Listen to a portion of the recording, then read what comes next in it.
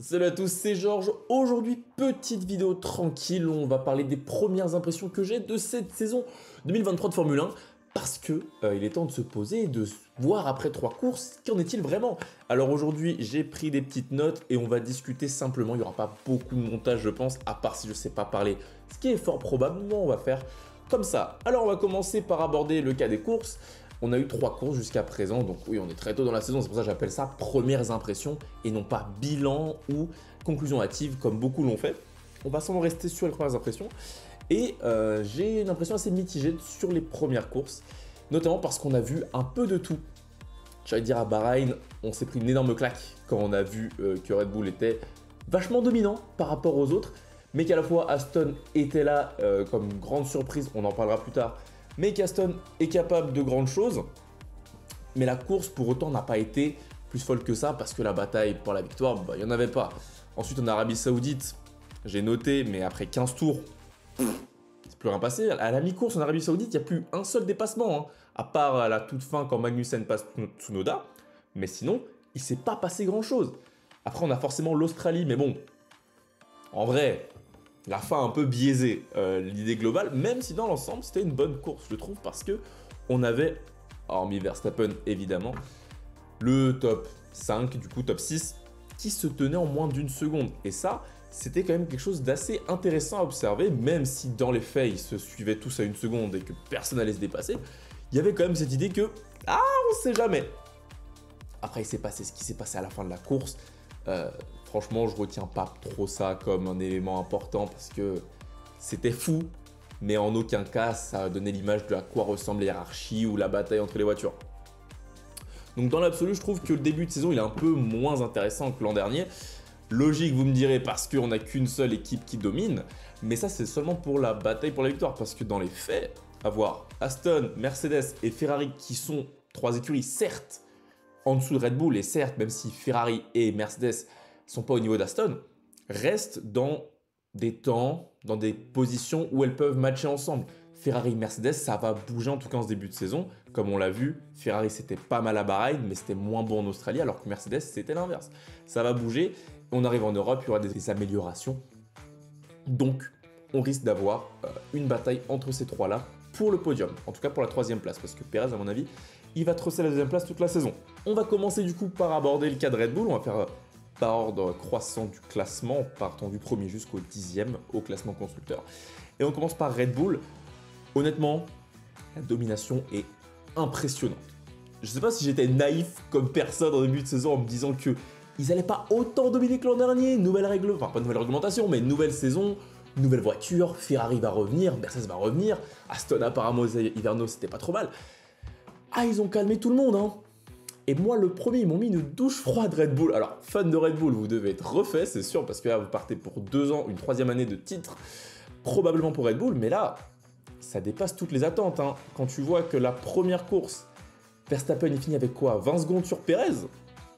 C'est aberrant. Donc, c'est clair que là, ils sont vraiment imbattables. Du moins, je pense que Verstappen va être imbattable cette saison, quand on regarde déjà l'Arabie Saoudite. Il part 15e, il part 15e. Il remonte 2e en Arabie Saoudite. C'est quand même pas le circuit où les dépassements sont le plus simples. Certes, on a 2 immenses lignes droites, mais quand même pas mal de passages sinueux. Donc la monoplace, elle est capable dans le trafic de suivre les autres et après en ligne droite de fumer tout le monde parce qu'elle a une sacrée vitesse de pointe, cette voiture. Faut qu'on en parle, hein. On a quoi d'autre? On a du coup l'Australie. Alors l'Australie, c'était aberrant. Franchement, quand Verstappen, il part en pôle quand même. Il se fait bouffer par les Mercedes au départ. Le gars, il est serein parce que dès qu'il a eu l'occasion, il a collé 3 secondes à Hamilton. Moi, que Russell abandonne ou pas, ça n'aurait pas changé grand-chose, hein. Russell, il se serait fait bouffer pareil par Max Verstappen, j'en ai aucun doute là-dessus. Verstappen, cette saison, avec cette voiture, je vois pas comment il ne prend pas le titre. Oui, j'ai dit que c'était que premières impressions, pas conclusion active, mais là, on est clairement dedans. Parce que je pense que Verstappen, cette saison, il a la machine pour aller chercher son 3e titre de suite. Alors, est-ce que Perez serait capable de ralentir un peu sa domination? Honnêtement, je pense pas. Perez fait quand même un très bon début de saison. J'ai noté que mon ressenti, c'était que la première année de Perez chez Red Bull, il n'a pas fait mieux que Albon ou Gasly en termes de sensationnalisme, hein. Il était avec les Mercedes et les Ferrari à la bataille. Il n'était pas au niveau de Verstappen. Là, en ce début de saison, il est quand même meilleur. mais vraiment meilleur. En Arabie Saoudite, ils ont quand même bien tenu le rythme de Verstappen. Quand même, Verstappen partait derrière. Pendant 25 tours, ils étaient 1 et 2 et Perez n'a pas flanché. Alors, et cette énorme erreur en Arabie Saoudite, en Australie, qui fait qu'il part dernier sur la grille, ou très très loin, je sais plus. C'est pour ça que je pense que mentalement, j'en avais parlé justement dans le débrief de cette course, je pense qu'il a encore un peu de retard par rapport à Verstappen, c'est difficile pour lui de prendre le titre avec cette pression qu'il va avoir sur ses épaules. Parce qu'il a une voiture finalement qui roule sur tout le monde. Alors je pense qu'il se trouve entre les deux quoi. Entre Verstappen qui va être assez difficile à aller chercher, mais une voiture qui est vachement plus performante que les autres. Donc il devrait sans aucune difficulté prendre la deuxième place cette année. En tout cas c'est l'impression que j'ai en ce début de saison. Maintenant, Red Bull, ils vont avoir leurs sanctions, notamment à cause du budget cap de l'an dernier. Naïvement, je pensais que ça aurait touché dès le début de saison, mais pas du tout, ça va arriver plus tard. Est-ce que pour autant ça va faire que Red Bull va prendre du retard à un certain moment de la saison? Je ne pense pas, parce que quand même vachement d'avance. Ça réduira certes l'écart, mais ça sera absolument pas suffisant pour tuer complètement Red Bull, à moins que Mercedes, Ferrari, Aston Martin continuent à progresser à une vitesse grand V jusqu'à dépasser Red Bull. J'y crois moyen, personnellement. Au moins jusqu'à la mi-saison, Red Bull, ça va rouler sur tout le monde. Et si ça roule sur tout le monde, ils ont déjà le double de points d'Aston Martin. Donc à ce rythme-là, ils auront un matelas suffisamment confortable pour peut-être gagner le titre sans grande difficulté. Après voilà, dites-moi ce que vous en pensez. Le but de cette vidéo, voilà, on va parler tranquillement. Vous me dites ce que vous en pensez, quel est votre ressenti à vous. On est là, on discute. Il n'y a aucune certitude. Là, j'espère me faire mentir en plus en disant ça, sinon la saison va être longue. Mais voilà, Red Bull cette saison, c'est fort, très fort. Et on verra bien avec les sanctions du budget cap si en fin de saison, ça perd un petit peu de performance par rapport aux autres. On va continuer du coup avec les deuxièmes Aston. L'immense surprise, messieurs, dames. Est-ce qu'on en parle un petit peu d'Aston Martin? Oui, on en parle de partout sur YouTube. Je pense que j'ai pas besoin de m'attarder plus là-dessus. On est tous surpris par ce qu'ils ont produit cette saison. Et je vous conseille fortement, je pense que, bon, vous l'avez sûrement déjà vu, mais la vidéo de Le Pit Stop F1 sur pourquoi et comment Aston Martin est devenu une top team. Il explique très très bien le recrutement en interne qui a été opéré. Et ça montre à quel point cette saison, Aston, à la différence de 2020 où ils avaient également une très bonne voiture, mais ils n'avaient pas la compréhension de la voiture parce que c'était pas la leur. Là, celle-là, ils l'ont construite de A à Z. C'est pas une copie de quelqu'un d'autre entièrement. Ils ont pris les bons éléments un peu partout, mais ils ont pensé leur monoplace. Ce qui fait qu'aujourd'hui, Aston a la capacité de développer cette monoplace. À partir de là, ils ont toutes les cartes en main pour faire une très belle saison. Franchement, quand à Bahreïn, tu vois que Alonso, il va aller chercher Hamilton, le dépassement à l'intérieur qu'il lui fait, en plus Alonso, quoi. Donc, quelque chose, quoi. Stroll, même en difficulté. Après, là, franchement, Stroll n'a pas eu beaucoup de chance. Déjà, il a son accident qui fait qu'à Bahreïn, il n'est pas à 100%. En Arabie Saoudite, il abandonne. Et en Australie, il part tout seul tout droit. Bon, après, heureusement pour lui, ils reprennent les positions d'avant. Mais Stroll, franchement, ce début de saison, c'est pas si mal que ça. Je pensais qu'il allait être plus en difficulté que ça par rapport à Alonso. Même si Alonso met une claque gigantesque à tout le monde, à son coéquipier le premier. Aston Martin, au niveau des pilotes, franchement, c'est du très bon parce qu'ils peuvent utiliser la monoplace correctement. Dans le sens où, par exemple, Mick Schumacher l'an dernier avait beaucoup plus de mal à utiliser la Haas à son plein potentiel alors que Magnussen le faisait. Là, les deux pilotes vont pouvoir pousser la monoplace comme il faut. Je pense sincèrement qu'Aston, cette saison, même si eux se veulent assez réservés et, je vais pas dire pessimistes, mais ils se veulent prudents, ce qui est normal. Après 3 courses, ils vont pas commencer à s'enflammer, ce serait la pire des choses pour eux. Mais moi, je vais m'enflammer pour eux, d'accord? Parce que si eux vont pas le faire, moi, je vais le faire. Je pense qu'Aston, ça finit deuxième. Avec Alonso aux commandes, il n'y a aucune raison que le développement flanche. Parce que comme je l'ai dit, ils comprennent leur monoplace. Donc ça va pas flancher cette saison, Aston Martin. Et Alonso, aussi fort qu'il soit, non, pas aussi fort qu'il soit, c'est pas la bonne formulation, mais il est si fort cette année, j'ai l'impression qu'il a son mental, il est à 100%. La monoplace, si elle pousse à 100%, vu la performance des Mercedes et des Ferrari en début de saison, Alonso, c'est très solide. Franchement, c'est peut-être enfin aussi à toute cette hype autour d'Aston Martin parce qu'Alonso, l'éternel malchanceux avec ses choix de carrière, il a peut-être enfin trouvé la bonne route depuis qu'il est parti de Renault en 2007. Il a une occasion en or devant lui. Il part pour plusieurs années avec Aston Martin. Donc si c'est pas cette année qu'ils vont gagner, parce qu'ils vont pas gagner cette année, parce que Red Bull existe, et pas les prochaines. Est-ce que je suis bien focus? Ouais. Les prochaines saisons, s'ils continuent sur cette lancée, ça va être une masterclass. Après, il faudra voir le retour de la concurrence Mercedes-Ferrari. Mais cette saison, Aston Martin, C'est sûr que personne s'y attendait et ça fait vraiment plaisir d'avoir une nouvelle écurie comme ça aux avant-postes. C'est le plus important et c'est le but de cette réglementation, d'avoir plus de monde aux avant-postes. On va continuer avec Mercedes. Alors, Mercedes. Est-ce qu'on parle de déception ou pas? C'est la question que je vous pose et que je me pose. Parce que moi, quand j'y pense, je me dis, ouais, c'est une déception, Mercedes. À quel moment c'est quand tu es 8 fois champion du monde constructeur, tu peux une deuxième année de suite te planter comme ça? Mais dans le même temps, quand tu regardes les points au classement constructeur, ils sont qu'à une dizaine de points d'Aston Martin. Tu te demandes comment ils ont fait. C'est le paradoxe autour de Mercedes. C'est comme l'an dernier. On n'arrêtait pas de dire saison catastrophe. Au final, ils sont à deux doigts de finir deuxième du championnat, quoi. Donc c'est sûr que eux, on s'attend à ce qu'ils gagnent le titre ou qu'ils se battent pour la victoire parce que Lewis Hamilton, George Russell, la puissance de Mercedes, les mecs sont censés être aux avant-postes. Là, ils sont plus bas. C'est pour ça qu'à mon sens, c'est une nouvelle fois une déception ce début de saison parce que je m'attendais vraiment à ce qu'ils soient plus hauts. Je n'avais parlé dans ma preview de la saison où je pensais que avec leur concept sans ponton, ils auraient peut-être pu trouver une solution avec un Russell qui est très très fort, avec un Lewis Hamilton qui est toujours aussi performant. Pour moi, ça devait remonter au moins sur les podiums facilement. Finalement, c'est Aston Martin qui a pris ce créneau-là. Mais encore une fois, quand on regarde les 3 premières courses, surtout en Australie, bah, ils étaient là, quoi. Alors certes, les Red Bull, si Perez ne se met pas dehors et si avec Verstappen aussi fort, ils auraient fini 3 et 4 à la régulière, j'ai envie de dire. Ou alors 2 et 3 parce que Perez n'était pas là. Mais pourtant, quand on regarde Bahreïn, bah, ils se font rouler dessus par Alonso, même Sainz était là, quoi. C'était quoi, Arabie Saoudite? Bon, c'était la bataille avec Ferrari et Aston. C'est pas le step qu'ils auraient dû avoir. Donc à mon sens, ça reste une déception. Pourtant, quand on regarde les pilotes, Russell, même lancé que l'an dernier, hein, il est monstrueux. Il met un 3-0 à Lewis en qualif. C'est que sa deuxième saison chez Mercedes. Le mec, lui, la pression, il connaît pas. Il est là, il développe la voiture, il se donne tout à fond. Lui, ce qu'il veut, c'est aller gagner. Donc à partir de là, il maximise au maximum la performance et il fait un très gros début de saison. Après, Lewis aussi est très très fort, il n'y a pas à dire. Il prend la deuxième place en Australie. Certes, circonstances de course obligent, mais n'empêche qu'il est là dans les moments où il fallait. Et l'Australie, en vrai, même si Verstappen, comme j'ai dit, a foutu une claque à tout le monde, les Mercedes étaient les plus fortes. Donc maintenant, on sait qu'à Imola, Toto Wolff l'a dit, ils vont essayer d'apporter une upgrade sur la voiture. Je ne sais pas si ça sera suffisant pour qu'en un claquement de doigts, ça revienne aux avant-postes. Je pense pas.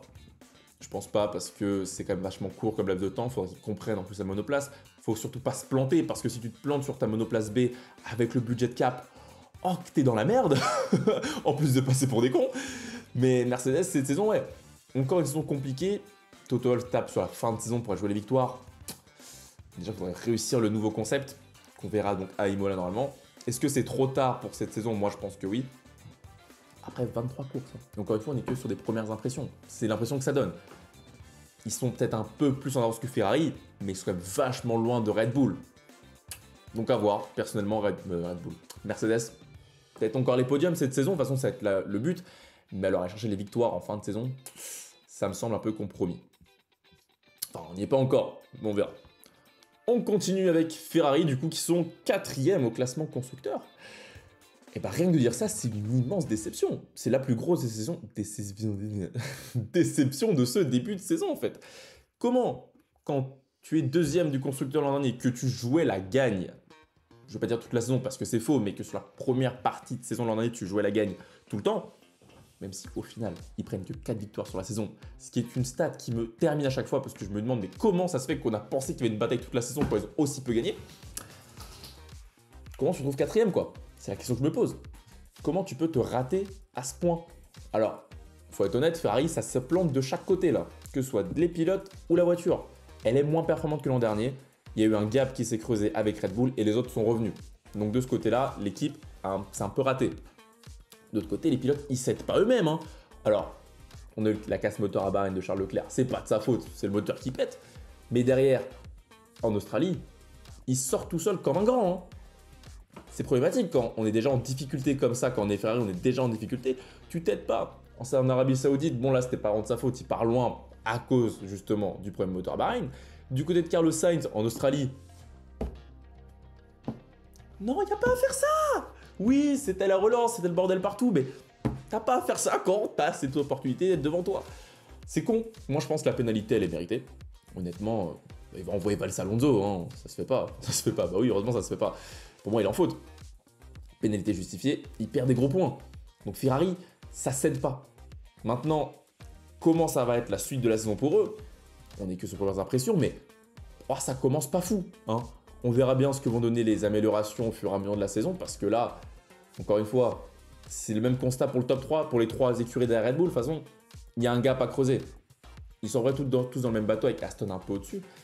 Ferrari, c'est pas si loin que ça de Mercedes en vrai. Sur certaines courses, ça finira devant. Sur d'autres courses, ça finira derrière. Niveau perfo, je pense pas qu'il y a tant d'écart que ça. Mais bon, quand tu maximises pas la performance comme Mercedes le fait, et bah tu te trouves 4ème vachement loin. Il n'y a que 3 courses, donc c'est relatif, la saison est longue, mais ils sont quand même la moitié des points, quoi. Pourtant, il n'y a pas autant d'écart entre Mercedes et Ferrari, quoi. Là, le problème, c'est plus dans l'équipe, il va falloir commencer à maximiser les points et réussir ces courses, parce que sinon, ça va être long. Ça va être très très long cette saison. Mais bon, on va quand même être un peu optimiste. La saison est longue, Leclerc est fort. Sainz ne fait pas un si mauvais début de saison, même si vous connaissez mon amour pour Carlos Sainz. Dites-moi d'ailleurs ce que vous pensez de cette saison à Carlos Sainz, parce que j'avoue que j'ai l'impression des fois je suis un peu sévère avec lui. Je sais pas, je trouve pas assez bon en fait. Donc dites-moi ce que vous trouvez comme performance chez Carlos Sainz, parce que j'ai un peu de mal avec lui. Même si voilà, dans les faits, il est pas si mauvais que ça en ce début de saison. Il est même au niveau de Charles Leclerc, je trouve. McLaren. Alors eux, je ne m'attendais pas à parler de si tôt. Hein. McLaren, c'est 5ème. 5ème, McLaren. Je pense qu'on ne se rend pas compte de la performance des types. Parce que ça ne reflète pas du tout, mais alors du tout, leur début de saison à McLaren. À quel moment une équipe qui finit dernier sur les 2 premières courses est 5ème du championnat constructeur? Vous me demandez, je ne sais pas comment répondre à cette question. Parce que bon, après, un blague à part, McLaren, compliqué. Hein, j'en ai parlé dans les débriefs et les previews. Je suis assez optimiste à leur égard. Parce que Piastri et Norris, pour moi, sont 2 excellents pilotes. Mais alors, dans les faits, compliqué leur monoplace. Hein. Déjà, comme Ferrari, ils ne se sont pas aidés eux-mêmes les 2 premières courses. L'abandon de Piastri, Norris, 72 arrêts au stand à Bahreïn et en Arabie Saoudite. C'est complètement lunaire que Piastri se mange Gasly et les débris touchent Norris. Je pense vraiment les niveaux pro-bas, c'est incroyable. Après l'Australie, forcément, ils profitent du chaos de la fin de course pour prendre des gros points, même si Norris a pris des beaux points quand même. Là, ça accentue la performance grâce au chaos et l'abandon des 2 Alpines. Piastri peut gratter des points et apporter un supplément de points à McLaren. Mais le classement ne reflète pas vraiment le ressenti perso que j'ai d'eux. Comme j'avais dit dans le débrief de l'Australie, c'est compliqué ce début de saison.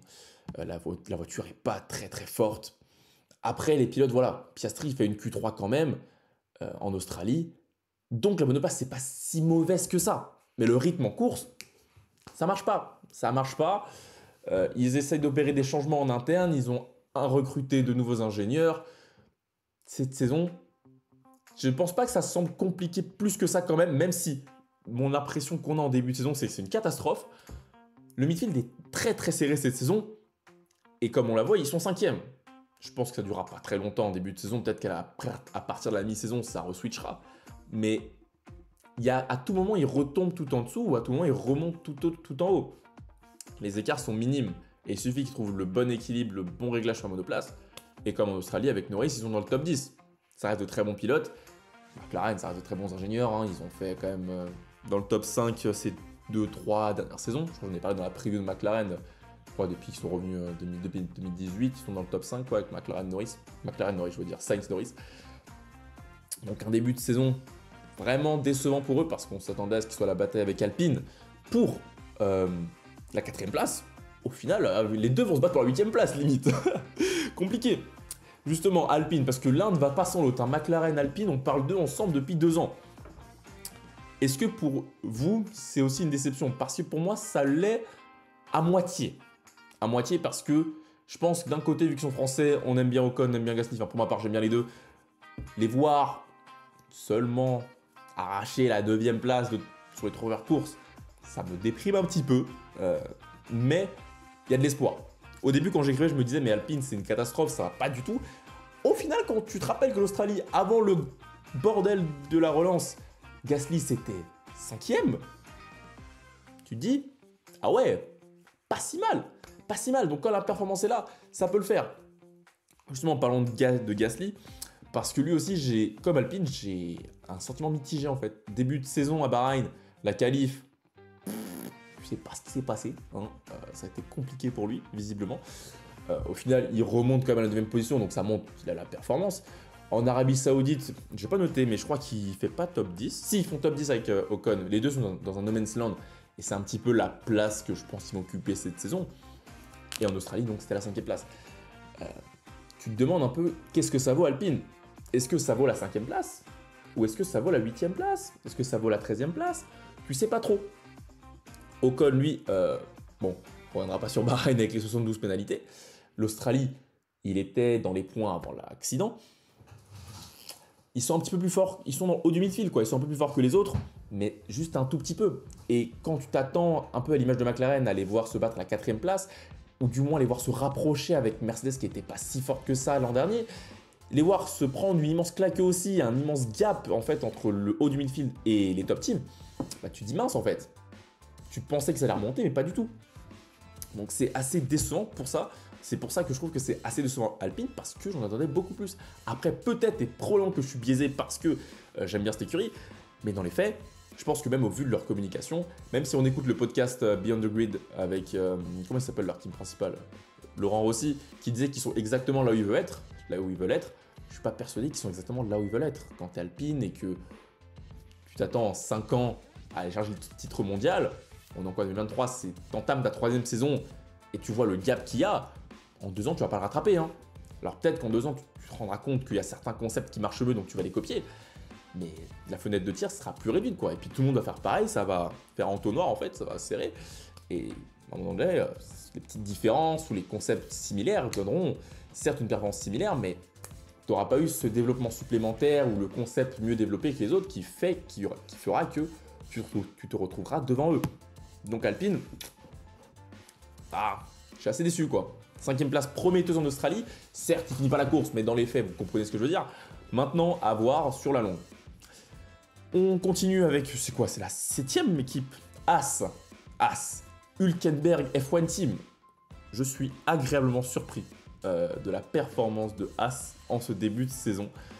Parce que Hülkenberg nous fait, je ne vais pas dire des miracles, parce que dans un sens, je ne suis pas non plus trop surpris de leur performance. Si j'en avais parlé, il me semble, dans leur preview. Quand tu finis dernier et que tu as autant de temps de développement, tu n'as pas intérêt à finir dernier. Ça serait scandaleux si tu finis dernier encore une fois.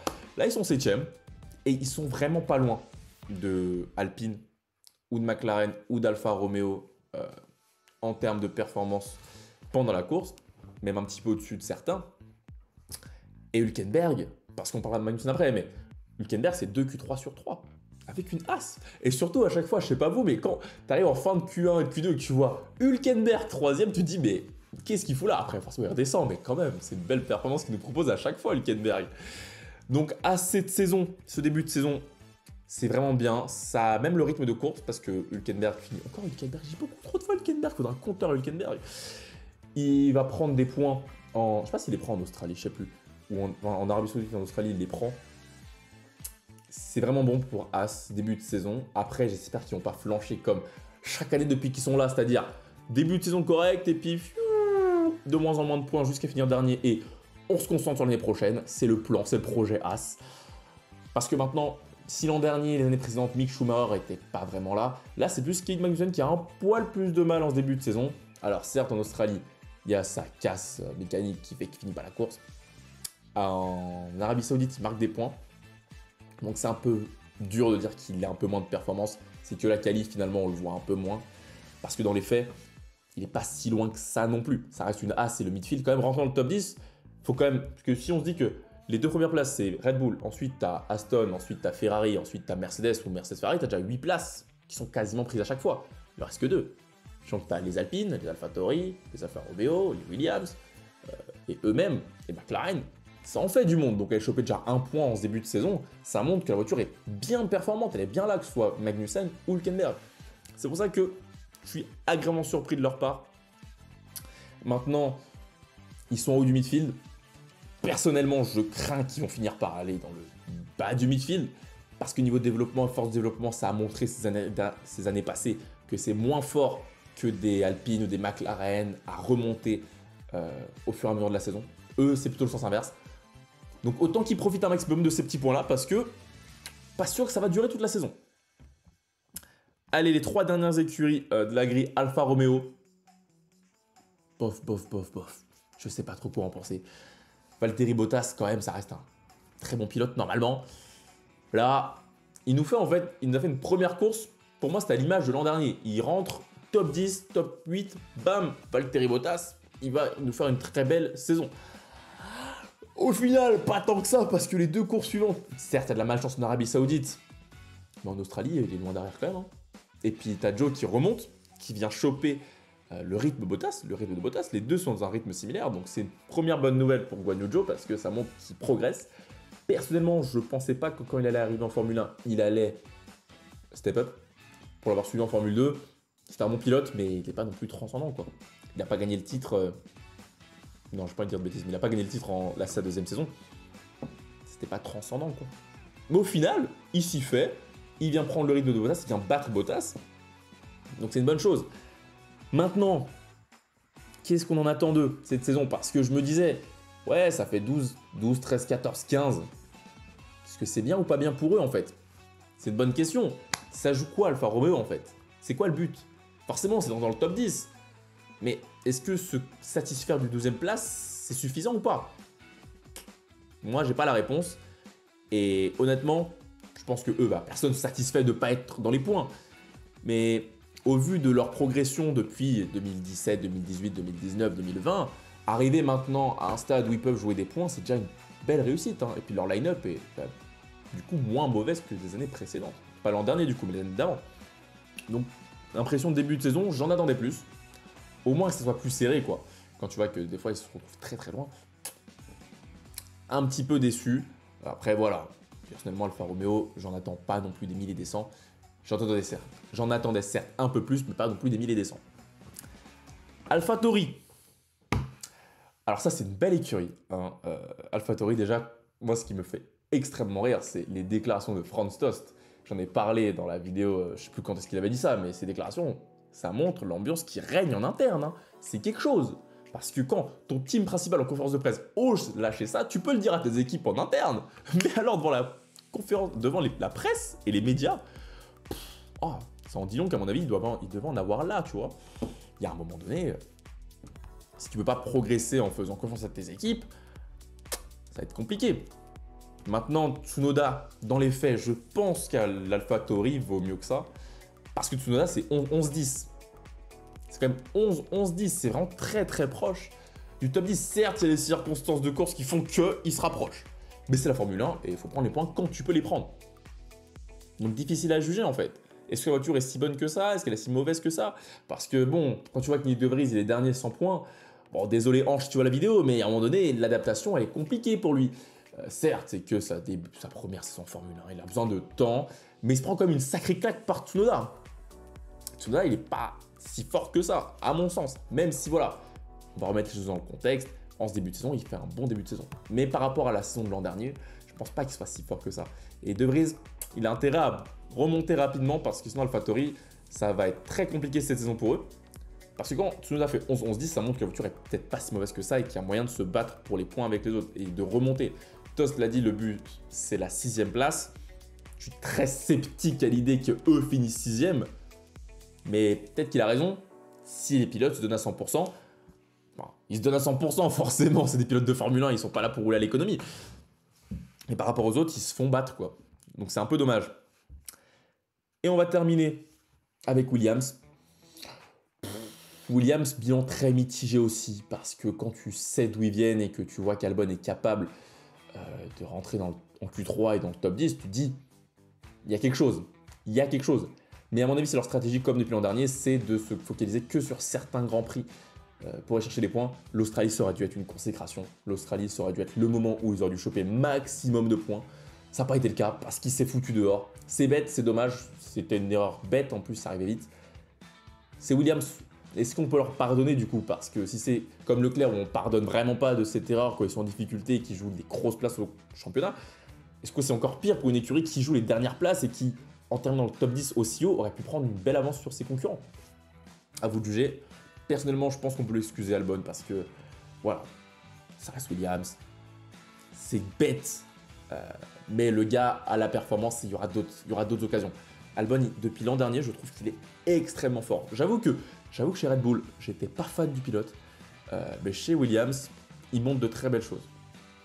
Maintenant, si on compare avec son coéquipier Logan Sargent, pareil, rookie, début de saison, c'est que des impressions. Comme Nick De Vries, on va pas non plus mettre de jugement trop sévère. C'est que leur 3e course en Formule 1, c'est que le début de saison, c'est encore long. Ils auront le temps de se développer. Mais compliqué un peu ce début de saison.